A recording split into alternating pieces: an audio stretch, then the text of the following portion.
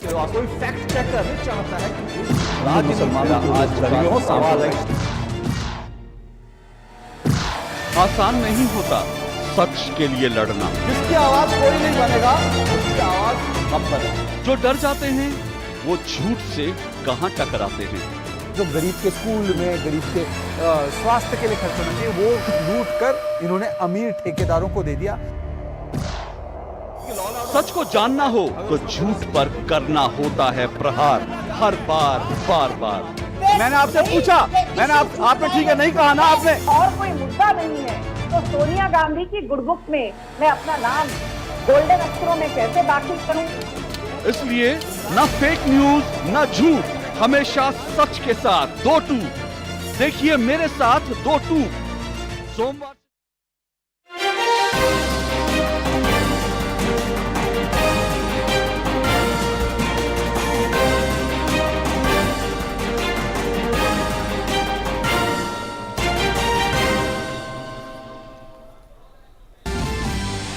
प्रधानमंत्री नरेंद्र मोदी ने पीएम विश्वकर्मा कौशल सम्मान पर पोस्ट बजट वेबिनार को किया संबोधित। कारीगरों के मानक और गुणवत्तापूर्ण उत्पादों और सेवाओं को घरेलू और वैश्विक आपूर्ति श्रृंखलाओं के साथ जोड़ना है पीएम विकास का मकसद।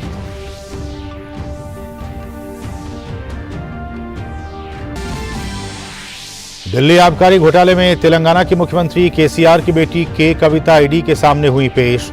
शराब घोटाले को लेकर ईडी के अधिकारी कविता से कर रहे हैं पूछताछ।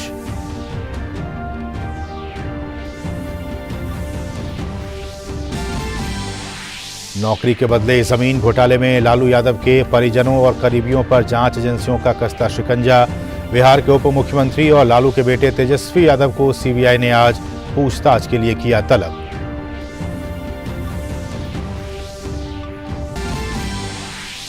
देश में इन्फ्लुएंजा H3N2 और कोविड की स्थिति को लेकर आज दोपहर नई दिल्ली में नीति आयोग में एक समीक्षा बैठक में नीति आयोग के सदस्य और केंद्रीय स्वास्थ्य सचिव समेत तमाम उच्चाधिकारी लेंगे हिस्सा। वहीं इस मामले पर केंद्रीय स्वास्थ्य मंत्री ने कल की थी एक उच्च स्तरीय समीक्षा बैठक।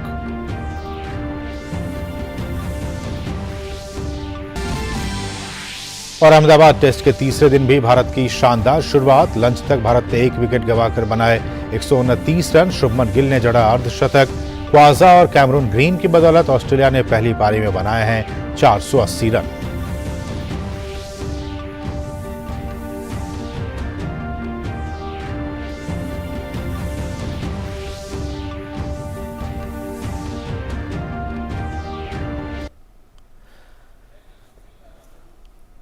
नमस्कार, डीडी न्यूज में आप सभी का बहुत बहुत स्वागत है। मैं हूं असीम मिश्रा। प्रधानमंत्री नरेंद्र मोदी ने आज वीडियो कॉन्फ्रेंस के जरिए पीएम विश्वकर्मा कौशल सम्मान पर पोस्ट बजट वेबिनार को संबोधित किया।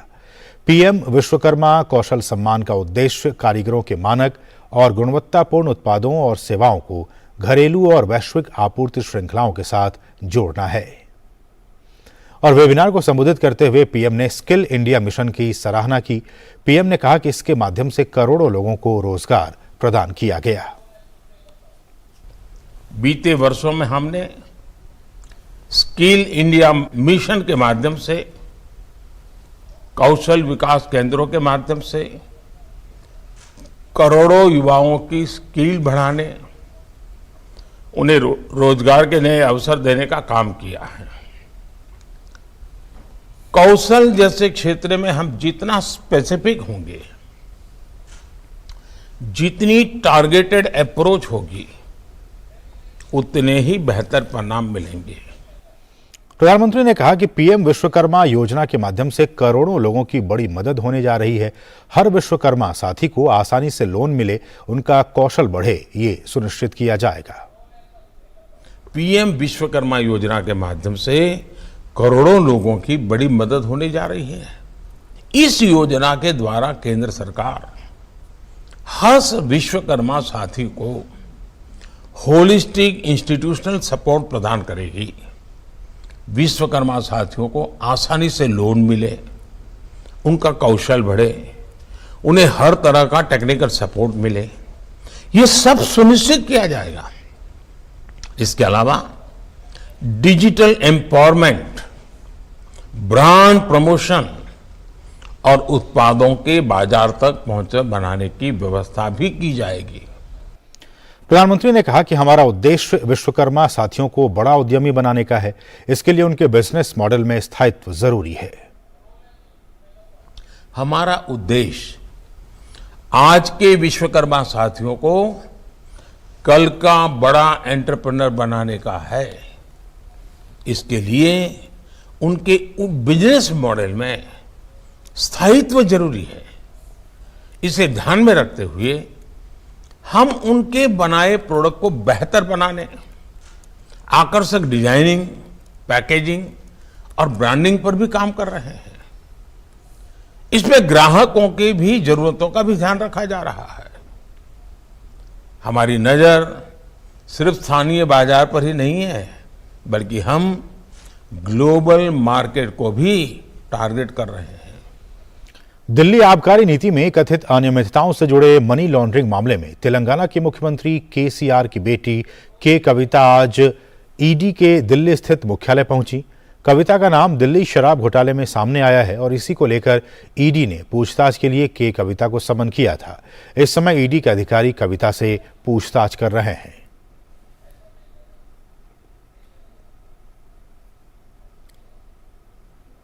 और वहीं नौकरी के बदले जमीन घोटाला मामले में आज सीबीआई ने बिहार के उप मुख्यमंत्री और आरजेडी नेता तेजस्वी यादव को पूछताछ के लिए तलब किया है।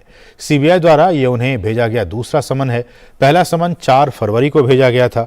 इसी मामले में कल ईडी ने पीएमएलए के तहत करीब 24 ठिकानों पर छापेमारी की थी। केंद्रीय स्वास्थ्य मंत्रालय रियल टाइम के आधार पर एकीकृत रोग निगरानी कार्यक्रम आईडीएसपी नेटवर्क के जरिए राज्यों और केंद्र शासित प्रदेशों में मौसमी इन्फ्लुएंजा की स्थिति पर गहरी नजर रख रहा है। इसके अलावा मंत्रालय मौसमी इन्फ्लुएंजा के H3N2 सब टाइप के कारण रुग्णता और मृत्यु दर की निगरानी करने के साथ उन पर कड़ी नजर रख रहा है। मौसमी इन्फ्लुएंजा के संबंध में सह रुग्णता वाले युवा बच्चे और वृद्धजन सबसे अधिक प्रभावित होने वाले संभावित समूह हैं। अब तक कर्नाटक और हरियाणा ने H3N2 इन्फ्लुएंजा से एक मृत्यु की पुष्टि की है। स्वास्थ्य और परिवार कल्याण मंत्रालय ने राज्यों और केंद्र शासित प्रदेशों को रोगियों के वर्गीकरण, उपचार प्रोटोकॉल और वेंटिलेटर प्रबंधन पर दिशा निर्देश जारी किए हैं। इसके अलावा मंत्रालय ने H1N1 मामलों से निपटने वाले स्वास्थ्य देखभाल कर्मियों के टीकाकरण के लिए राज्य सरकारों को सलाह दी है। वहीं इस संबंध में ICMR ने भी एडवाइजरी जारी की है। मौसमी इन्फ्लुएंजा एक तीव्र श्वसन संक्रमण रोग है जो इन्फ्लुएंजा वायरस के कारण होता है। यह विश्व के सभी हिस्सों में फैलता है और वैश्विक स्तर पर कुछ महीनों के दौरान इसके मामले बढ़ते हुए देखे गए हैं। भारत में हर साल मौसमी इन्फ्लुएंजा के मामले 2 बार सबसे अधिक दर्ज होते हैं। पहला जनवरी से मार्च तक और दूसरा मानसून के बाद के मौसम में। मार्च के अंत से मौसमी इन्फ्लुएंजा के मामलों में कमी आने की उम्मीद है।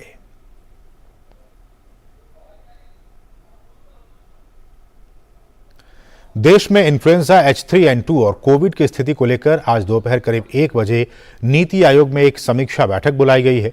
बैठक में नीति आयोग के सदस्य, केंद्रीय स्वास्थ्य सचिव, फार्मा सचिव, DG ICMR, department of science and technology के अधिकारी हिस्सा लेंगे।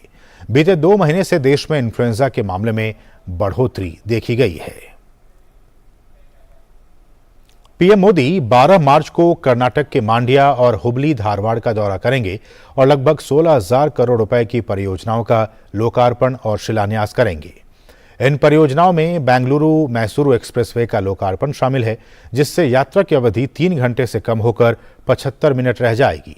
इसके साथ ही प्रधानमंत्री मैसूरू खुशाल नगर 4 लेन राजमार्ग का शिलान्यास और IIT धारवाड़ राष्ट्र को समर्पित करेंगे।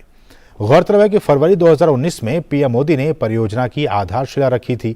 इसके साथ ही श्री सिद्धारूढ़ स्वामीजी हुबली स्टेशन पर दुनिया के सबसे लंबे रेलवे प्लेटफॉर्म का लोकार्पण और पुनर्विकसित होसपेटे स्टेशन को भी राष्ट्र को समर्पित करेंगे, जिसे हम्पी स्मारकों के अनुरूप डिजाइन किया गया है। प्रधानमंत्री धारवाड़ बहुग्राम जलापूर्ति योजना की आधारशिला रखेंगे और हुबली धारवाड़ स्मार्ट सिटी की विभिन्न परियोजनाओं का उद्घाटन और शिलान्यास करेंगे।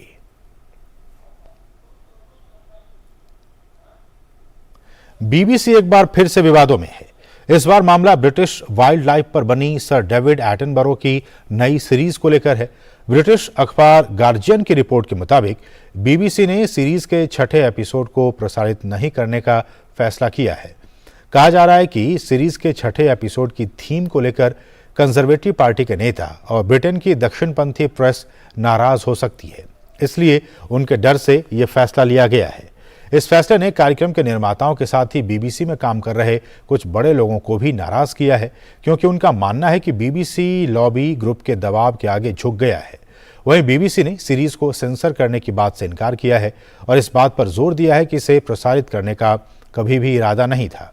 एटनबरो की नई सीरीज वाइल्ड आइल्स में ब्रिटिश द्वीपों की खूबसूरती को दिखाया गया है। भारतीय खाद्य निगम द्वारा आयोजित 5वीं ई नीलामी में 11.88 लाख मीट्रिक टन गेहूं बेचा गया। 5वीं ई नीलामी में प्राप्त अखिल भारतीय भारित औसत बिक्री मूल्य के मुकाबले 2140.28 रुपए प्रति क्विंटल गेहूं के भंडार को अखिल भारतीय भारित औसत आरक्षित मूल्य 2197.91 रुपए प्रति क्विंटल के दाम पर बेचा गया। अगली ई नीलामी 15 मार्च को आयोजित की जाएगी। सरकार ने गेहूं उठाने की प्रक्रिया को 31 मार्च तक पूरा करने की अनुमति दी है। सरकार द्वारा गेहूं और आटे की कीमत को नियंत्रित करने के मकसद से बाजार हस्तक्षेप की दिशा में की जा रही पहल के तहत इसका आयोजन किया जा रहा है।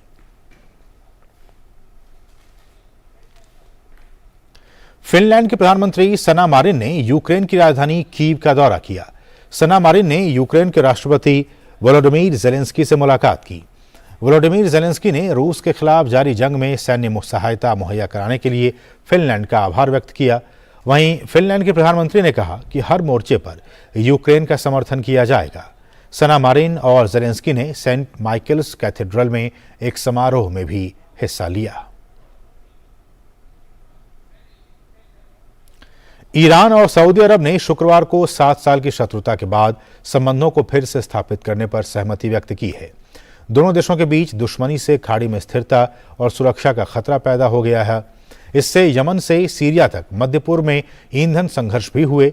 दो प्रतिद्वंद्वी मध्य पूर्व शक्तियों के शीर्ष सुरक्षा अधिकारियों के बीच बीजिंग में 4 दिनों की पूर्व अज्ञात वार्ता के बाद इस सौदे की घोषणा की गई। ईरान, सऊदी अरब और चीन द्वारा जारी एक बयान के मुताबिक तेहरान और रियाद उनके बीच राजनयिक संबंधों को फिर से शुरू करने और 2 महीने से अधिक की अवधि के भीतर अपने दूतावासों और मिशनों को फिर से खोलने पर सहमत हुए हैं। समझौते में राज्यों की संप्रभुता के सम्मान और आंतरिक मामलों में हस्तक्षेप न करने की उनकी पुष्टि शामिल है। समझौते में सऊदी अरब और ईरान ने 2001 में हस्ताक्षरित एक सुरक्षा सहयोग समझौते को सक्रिय करने पर भी सहमति व्यक्त की है। साथ ही व्यापार, अर्थव्यवस्था और निवेश पर एक और समझौता किया गया। दोनों देशों ने 2021 और 2022 में पहले की वार्ता की मेजबानी के लिए चीन, साथ ही इराक और ओमान को धन्यवाद दिया। समझौते पर ईरान के शीर्ष सुरक्षा अधिकारी अली शामखानी और सऊदी अरब के राष्ट्रीय सुरक्षा सलाहकार मुसाद बिन मोहम्मद अल एबन ने हस्ताक्षर किए। वहीं व्हाइट हाउस के राष्ट्रीय सुरक्षा प्रवक्ता ने कहा कि संयुक्त राज्य अमेरिका समझौते की रिपोर्टों से अवगत था। उसने यमन में युद्ध समाप्त करने और मध्य पूर्व में तनाव कम करने में मदद करने के किसी भी प्रयास का स्वागत किया। खबरें खेल जगत से है। महिला विश्व मुक्केबाजी चैंपियनशिप 2023 का आयोजन 15 से 26 मार्च तक नई दिल्ली में होगा। टूर्नामेंट के सभी मुकाबले इंदिरा गांधी स्पोर्ट्स कॉम्प्लेक्स में खेले जाएंगे। भारत की तरफ से इस टूर्नामेंट में 12 सदस्य दल हिस्सा लेगा। ये तीसरी बार है जब भारत इस प्रतिष्ठित टूर्नामेंट का आयोजन करेगा। इस महीने दिल्ली में आयोजित होने वाली महिला विश्व मुक्केबाजी चैंपियनशिप की तैयारियां लगभग पूरी हो चुकी हैं। इस प्रतिष्ठित चैंपियनशिप से पहले भारतीय मुक्केबाजी के सदस्य मीडिया से बातचीत के लिए दिल्ली में एकत्रित हुए। इस दौरान केंद्रीय खेल मंत्री अनुराग सिंह ठाकुर ने महिला विश्व चैंपियनशिप 2023 के मैस्कट वीरा का भी अनावरण किया। मौजूदा विश्व चैंपियन निखात जरीन और टोक्यो ओलंपिक की कांस्य पदक विजेता लवलीना बोरगोहेन पर इस बार सबकी नजरें रहेंगी। बॉक्सिंग फेडरेशन ऑफ इंडिया को उम्मीद है कि भारतीय दल इस बार महिला विश्व मुक्केबाजी चैंपियनशिप में नए कीर्तिमान रचेगा। इस कार्यक्रम में केंद्रीय खेल मंत्री अनुराग सिंह ठाकुर के साथ BFI अध्यक्ष अजय सिंह भी मौजूद रहे। केंद्रीय खेल मंत्री ने कहा कि भारत की महिला मुक्केबाज नई ऊंचाइयां छू रही हैं। मैरी कॉम तक सफर रुका नहीं, उसके आगे लगातार बढ़ता चला गया है। एक के बाद दूसरा खिलाड़ी पहले से बेहतर करने की आग अपने अंदर लेकर चल रहा है, and this spirit is taking the Indian boxing forward. Big things that we've tried to do is to have more and more championships, international championships in India. And this is the third one. India is the first nation to host 3 world championships. This is the premier event, 74 nations, 350 participants, the largest number of nations ever in a world championship, and the largest number of participants ever in a world championship. So something for all of us to be proud of and happy. IBA महिला विश्व championship का आयोजन 15 से 26 मार्च तक नई दिल्ली में होना है। भारत की तरफ से इस टूर्नामेंट में 12 सदस्यीय दल हिस्सा लेगा, जिसमें स्टार मुक्केबाज लवलीना बोरगोहेन और मौजूदा विश्व चैंपियन निकाह जरीन का बेहतरीन खेल भी देखने को मिलेगा। I'm looking forward to represent my country in this world championship and defend my title, but in the different weight category, in the new weight category, that is 50 category, which is an Olympic weight category. So I'm really excited and I hope कि मैं इस बार भी gold जीत के अपने देश का नाम ऐसे ही रोशन करूं जिस तरह से मैंने लास्ट ईयर किया था इस्तांबुल में। हमारा जो प्रिपरेशन है वो बहुत अच्छा चल रहा है और हमारे पूरे कोचेस बहुत मेहनत कर रहे हैं, हमें हर चीज़ का फैसिलिटी मिल रहा है, गवर्नमेंट बहुत सपोर्ट कर रहा है, BFI बहुत सपोर्ट कर रहा है। तो आशा करते हैं कि हम लोग अच्छा करेंगे। हम लोग सभी का ट्रेनिंग भी बहुत अच्छा चल रहा है। हम कोशिश करेंगे हमारे पूरे वेट कैटेगरी में मेडल लाने की। महिला विश्व मुक्केबाजी चैंपियनशिप की शुरुआत साल 2001 में हुई थी। इसके बाद भारत 2 बार साल 2006 और 2018 में इस प्रतिष्ठित टूर्नामेंट की मेजबानी कर चुका है। इसके अलावा भारत ने साल 2017 में गुवाहाटी में महिला युवा विश्व चैंपियनशिप की मेजबानी भी की है। 2016 से भारतीय मुक्केबाजों ने पुरुषों और महिलाओं की श्रेणियों में 16 एलीट विश्व चैंपियनशिप पदक जीते हैं। उम्मीद है कि महिला मुक्केबाज इस चैंपियनशिप में भी जीत का सिलसिला जारी रखेंगी। Sports desk, DD news. तो इसके साथ ही इस बुलेटिन बस इतना ही। हमें दीजिए अनुमति। नमस्कार।